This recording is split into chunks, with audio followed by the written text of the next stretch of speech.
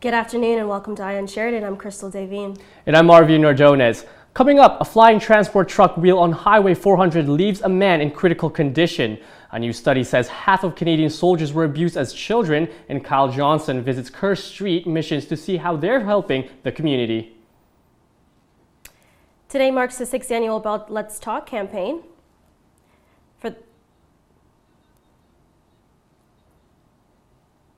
For the rest of the day, Bell will donate 5 cents to various mental health programs for every tweet that uses the hashtag Bell Let's Talk.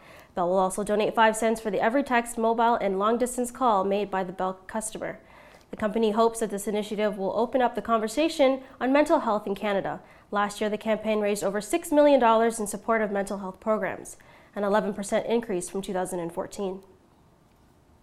One person is in the hospital after a transport truck tire hit an SUV on Highway 400. Apparently, there was a transport truck that was traveling southbound, lost a set of wheels. One of those wheels was bouncing across the highway, came over into the northbound lanes where it came in contact with an SUV. The wheel hit the SUV with such force that it collapsed the roof into the vehicle. The SUV driver was airlifted to the hospital with life-threatening injuries. The highway is now open. The North Etobicoke neighborhood is currently on watch after 18-year-old woman is sexually assaulted in a wooded area near two local schools. Police say the suspect is in his late teens with brown skin, a beard, and a lazy eye. School officials say that this is an isolated incident that did not happen on school property. However, students should still be aware of their surroundings. Police say a dozen of suspects have been arrested in Toronto and Quebec after the three-year-long child exploitation investigation that involved about 150 officers. Quebec's provincial police say that the suspects took part in online discussions about sexual experiences with children and exchanged tips on the best place to meet kids without raising suspicion. The only person convicted in the 1985 Air India bombings is being released from prison to a halfway house, prompting shock and disappointment from the families of the victims. Inderjeet Singh Riyat was charged with perjury in 2006 for lying 19 times during his testimony at the trial into the bombings deaths of 331 people, mostly Canadians. Riyat was found guilty in 2010 and sentenced to 9 years in prison. Under the law, offenders must be granted statutory release after they have served 2/3 of their sentence. Toronto Mayor John Tory has positive things to say about the new police training curriculum, claiming the most important tool police officers have is their brain. The new curriculum was implemented after 18-year-old Sami Yatim was shot and killed by Constable Furcello during an altercation on a TTC streetcar in 2014. New strategies include de-escalation, managing those in crisis, and peaceful resolutions. The goal is to have the public think of officers as helpers, not enforcers. Doctors in Ontario are now able to assist eligible patients to die within Canada. The patients must first qualify for publicly funded health care. The College of Physicians and Surgeons of Ontario approved the interim guidelines for doctors on Monday. An earlier draft limited the doctors to servicing only to Ontario residents. The federal government is working on legislating doctor-assisted suicide nationwide by June 6. Prime Minister Trudeau is holding a press conference today with a focus on environmental efforts. One of the major topics is the proposed guidelines for oil pipelines. These new guidelines will help bridge the gap between commitments made by the old Conservative government and the Liberal new environmental policies. Dalton McGuinty's former deputy chief and chief of staff were supposed to appear in court today to face gas plant scandal charges, but the date was pushed to February 24th. Police say David Livingston and Laura Miller hired Miller's partner, computer expert Peter Face, to wipe clean about 20 hard drives from the Premier's office. The two are charged with breach of trust and mischief. Large-scale protests held by taxi drivers may force a time out on Toronto's NBA All-Star weekend.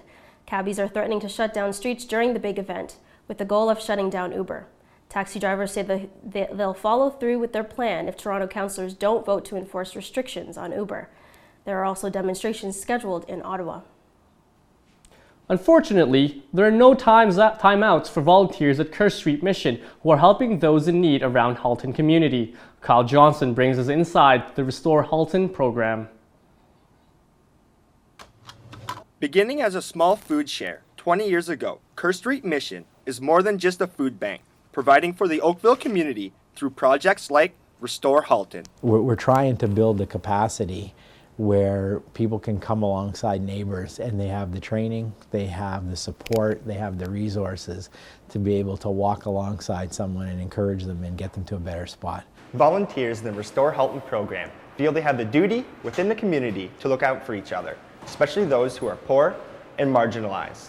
No, this is my first. Those four can go? According to Stats Canada, in 2013, the unemployment rate in the Halton region was 4.7%, resulting in roughly 10,000 families living below the low-income measure. So there's people that are struggling in what I would call chronic poverty. But there's another group of people, and in fact I had a phone call this morning of someone that has been a white-collar worker, has a nice house, has a nice car. The goal of the program is to help members build a sustainable life. So we don't ask any questions of our clients, and we don't ask them to be members of churches or organizations. We are giving practical help to anyone who is in need. 1 in 10 families in the Halton region are considered to be living in poverty. Kerr Street Mission and the Restore Halton program are always looking for volunteers to continue their fight for equality. Reporting for On Sheridan, I'm Kyle Johnston. A video of a Starbucks employee dancing to some sick jams has gone viral. Sam has a mild form of autism that causes sudden jerky movements. Although he thought he'd never be able to hold a job, his manager has been extremely helpful in channeling his unwanted twitches into fun and energetic movements. Since getting the job behind the coffee bar, Sam says his life has actual meaning now. After the break, we remember the Holocaust victims and Trump drops out of the Fox debate. Stay tuned.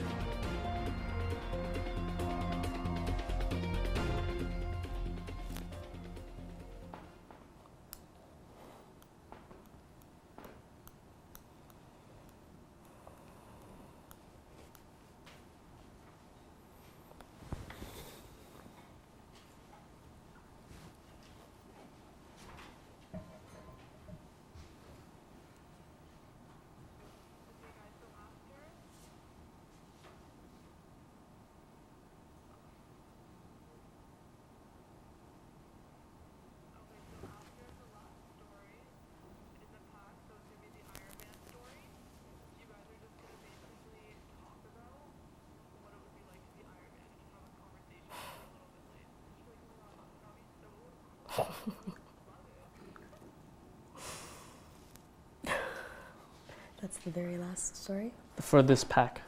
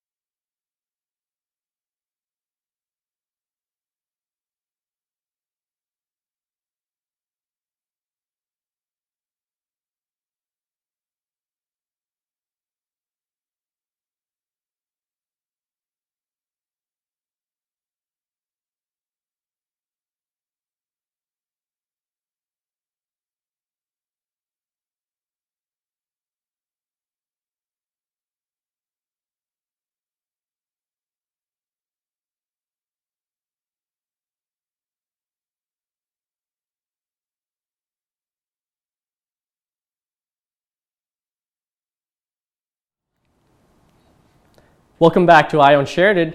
Later today, the official memorial for those who died in the Holocaust begins. The commemoration aligns with the anniversary of the liberation of Auschwitz. In 1945, the Holocaust Memorial Center in Montreal is putting in free tours with a focus on Jewish communities and the history of French-Canadian Holocaust survivors. In the US, President Obama is prepared to attend an honorific for 4 people who helped a number of Jews escape to Europe. Oregon protester Lavoy Vinicum was shot dead after a gunfight between authorities and his militia protester. Vinicum was part of the occupation of the Malheur National Wildlife Refuge, protesting government policies. The group is on its way to John Day City for a community meeting when the police pulled them over. The militia's leader, Amon Bundy, and 7 of his followers were arrested. A post on Bundy's Ranch Facebook page says Vinicum had his hands up when he was shot 3 times. He was one of the most outspoken members of the group. A federal judge has ordered the release of over 600 documents in the case of Boston Marathon bomber Johar Tsarnaev. He was convicted and sentenced to death last year for his role in the 2013 bombing. The attack killed 3 people and injured more than 260. The public will be able to view search warrants, reports of expert witnesses, and DNA reports. Human Rights Watch says that the new Nigerian government is violating the rights of Boko Haram fighters. The organization accuses Muhammadu Buhari of acting like a military dictator. Buhari has not kept his promise to investigate allegations that his troops are illegally detaining and killing suspected fighters. Famous Chinese artist Ai Weiwei closed his Denmark exhibition to protest a new law that targets Syrian refugees. The law allows authorities to seize up to 10,000 kroners in refugee valuables in order to pay for their upkeep. The move is designed to keep refugees in line with Danes who have to sell valuables in order to qualify for social benefits. France's Justice Minister Christiane Taubary has resigned today after objecting to President François Hollande push to revoke citizenship from convicted terrorists. Following her resignation, she tweeted, "Sometimes to resist is to remain. Sometimes to resist is to leave." The Zika virus, known to cause babies to be born with smaller heads, is spreading faster than anticipated. The Zika virus is primarily transferred through mosquitoes, and officials are urging those most vulnerable, pregnant women and children, to avoid countries like Brazil, the Virgin Islands, and Dominican Republic. Symptoms of the virus include red eyes, rash, and joint pains. Doctors are urging pregnant women and parents of newborns to check for symptoms. Al Jazeera is suing Egypt over its treatment of the broadcasters, activists, and journalists. The network says the Egyptian authorities have caused losses of $150 million. In a statement released, Al Jazeera claims their journalists were subjected to harassment, arrest, and detention. The move comes after months of Cairo declining to respond to the network's complaints. Donald Trump has bowed out of the final Republican presidential debate in Iowa. Trump has accused Fox debate moderator Megyn Kelly of toying with him, calling her a lightweight. He went on to ask why he should have to make Fox rich. Instead, Trump will hold an event at the same time as the debate to raise money for wounded veterans. A study done by the University of Manitoba's Psychiatry Department suggests that nearly half of all military personnel were abused as children. Researchers believe that there is a correlation between needing structure and order and emotional abuse. Those that join the military tend to feel as though they are part of a family and have others to depend on. Public sector corruption is still a major problem around the world, but Canada is one of the least corrupt countries. Ranked 9th in a new study, the US rose 1 spot this year to 16th. Denmark is currently the least corrupt, and the most corrupt? North Korea and Somalia. Researchers looked at a range of factors like the prevalence of bribery. Canada's Liberal government will announce new rules today for assessing major resource projects such as pipelines. Natural Resources Minister Jim Carr will hold a press conference at 4 p.m. today. One of the rules requires companies to report greenhouse gas emissions associated with their projects. Here at Sheridan, keeping fit and having fun has never been easier thanks to the Move You fitness program.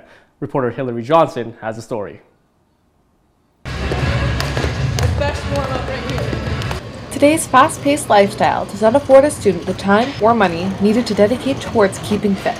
At the Davis campus, Kylie Otto has found a perfect solution. So Move You is a student-led campaign on campus, and it's all about getting students more physically active. The Move Your Feet's on the Monday from 11 to 12, and on Wednesday it's 11 to 12. It's our Stretch the Stress Away, and then on Tuesday and Thursday it's our Girl Power Hour, which is more of a circuit-based class, and that's happening from 1 to 2. As much as I tried to get back into my fitness routine, there's always time constraints and everything. So the fact that this is an hour variety class is great help because it lets me get in and out, do a workout, and it's one less stress to I have to go to the gym.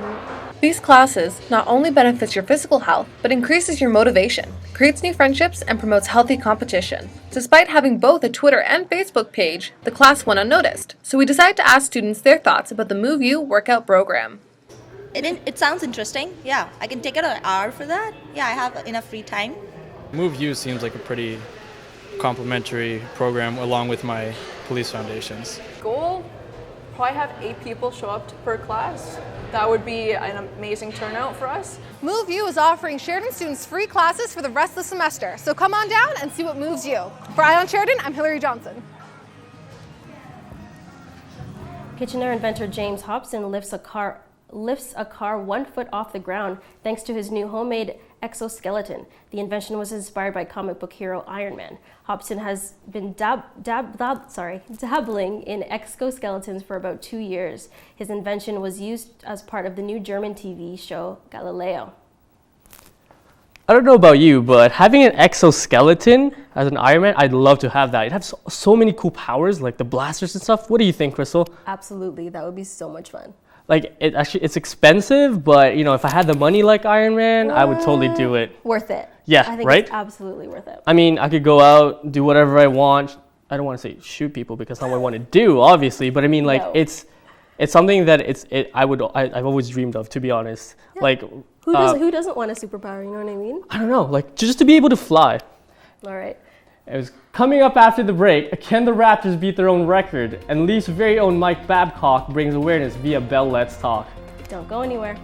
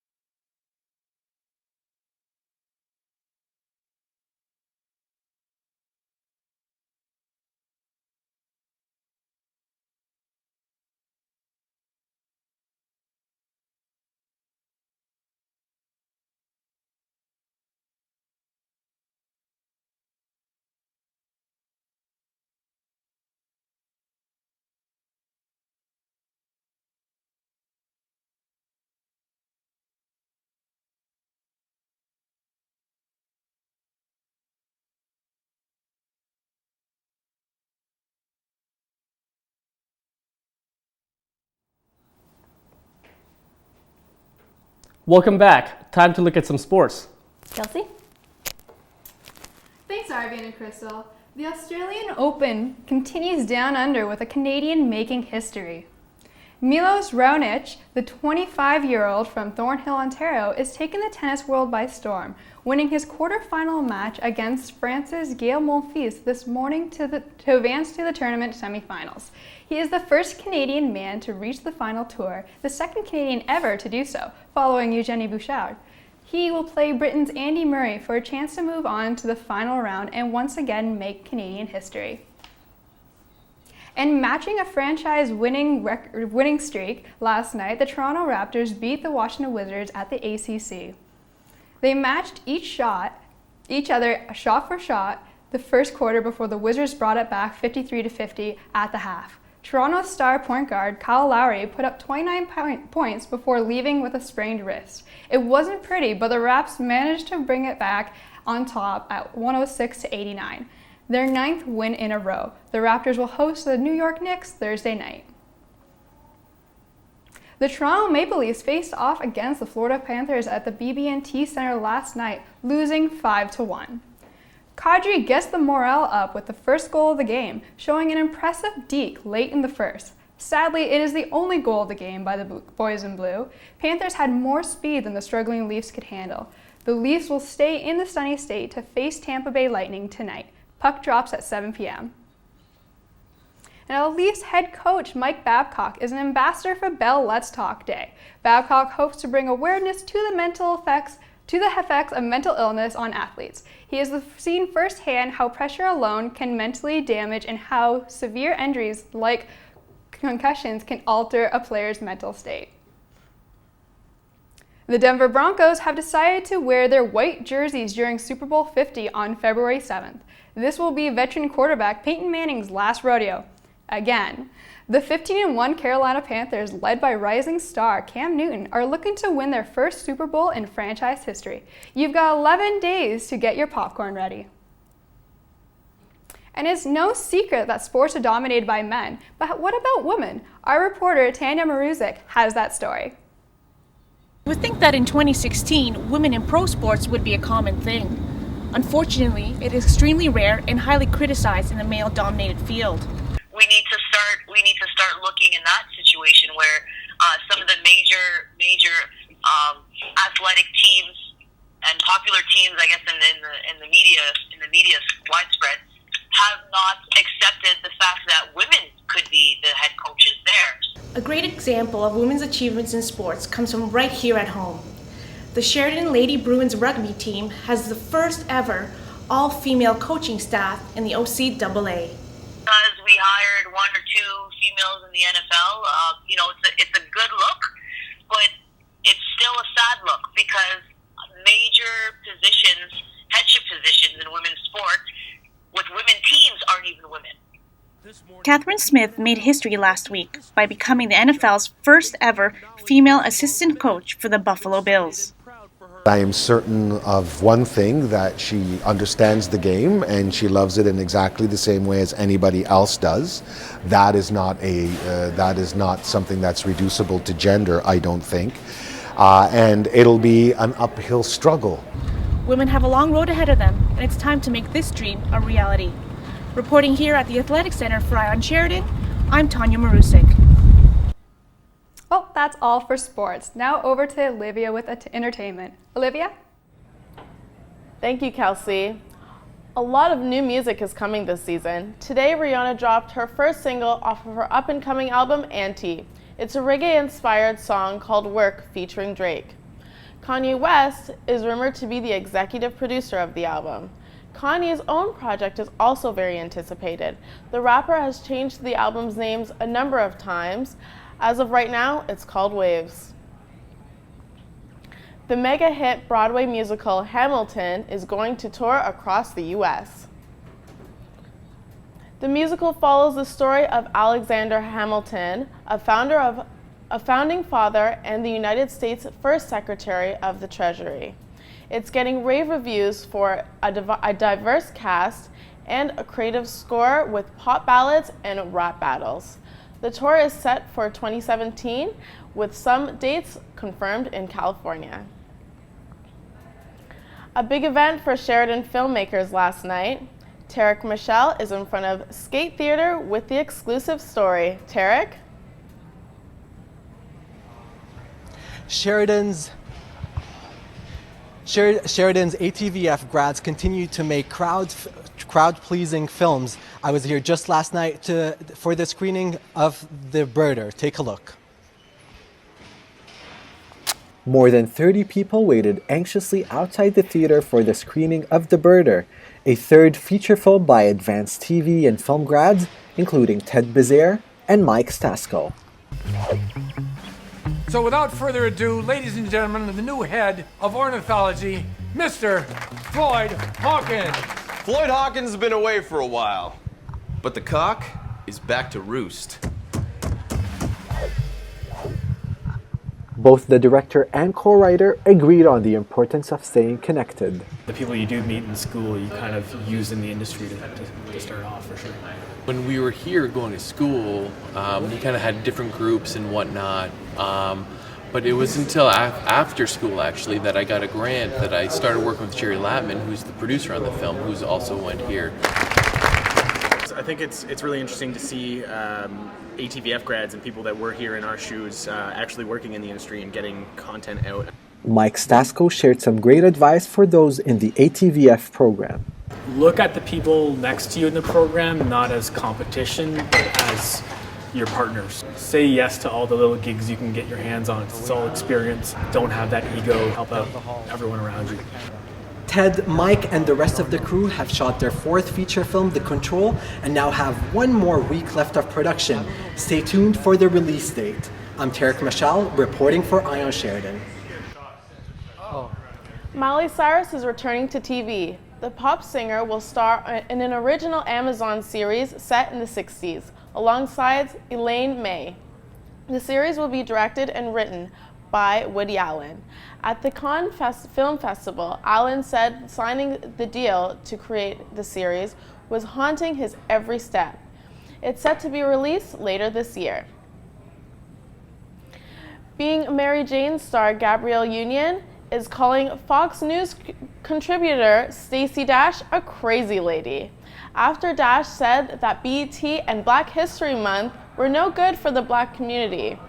Stacey Dash's cousin, hip-hop mogul Dame Dash, is suggesting that Stacey was paid by Fox to make those controversial comments. Things are getting serious with ex-reality star Robert Kardashian and ex-stripper Blac Chyna. Kardashian has reportedly moved in with Chyna, and his family is not happy about it. Let me do a quick breakdown of why this is awkward. Kim K was BFFs with Blac Chyna until Blac Chyna's fiance and baby father, Tyga, left her for Kim's teenage sister, Kylie. Blac Chyna is now BFFs with Amber Rose, who used to date Kim's husband, Kanye West. Amber Rose was reportedly spotted with Kourtney's ex, Scott Disick. And an hour ago, Kanye attacked Amber Rose's baby father, Wiz Khalifa, on Twitter for taking Kid Cudi's sound. So the whole thing is kind of a mess. That is going to be one super awkward Easter dinner. That's all that's happening in the entertainment world. Back to you guys in the studio. Thanks, Olivia. Now it's time for a quick break. When we come back, we'll take a look at our 5-day forecast. See you soon.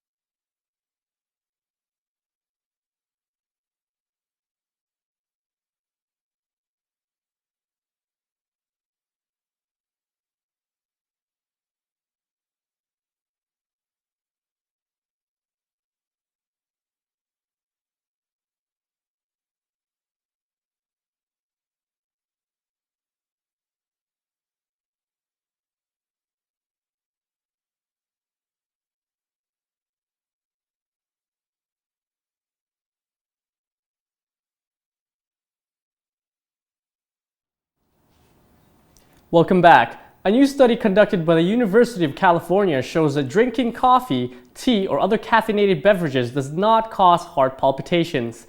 The leader of the study says that the recommendations against regular caffeine consumption should be reviewed to ensure that the possible benefits of caffeine aren't ignored. Now it's time to go outside with Brendan Saunders with a warmer than normal January forecast. Brendan? Hey guys, so right now we're sitting at -1. There is a bit of a breeze coming through my pants, so I'm pretty sure it's northwesterly breeze. It is pretty overcast outside, but it is going to get warmer. So let's take a look at our 5-day forecast to find out which days. Thursday, we're back in the plus column with a high of 2 and a scattered flurried day with a low of -4. Friday is almost exactly the same as today with a high of -2, a low of -4, mixed sun and clouds. Oh, Saturday, holy, is it going to be a scorcher with a high of +5, but then weirdly, scattered flurries, huh? Sunday even warmer with a daytime high of 7 and a low of +4, but it's not all good because we're looking at scattered showers, maybe some scattered flurries on Sunday. Moving into Monday, we're going to have light rain, but it is a +6 day with a low of +2. That's pretty much all I have for my script, so throw back the desk. Back to you guys at the desk. That concludes today's show. For On Sheridan, I'm Crystal Davine. I'm Marvin Jonas, and have a wonderful Wednesday.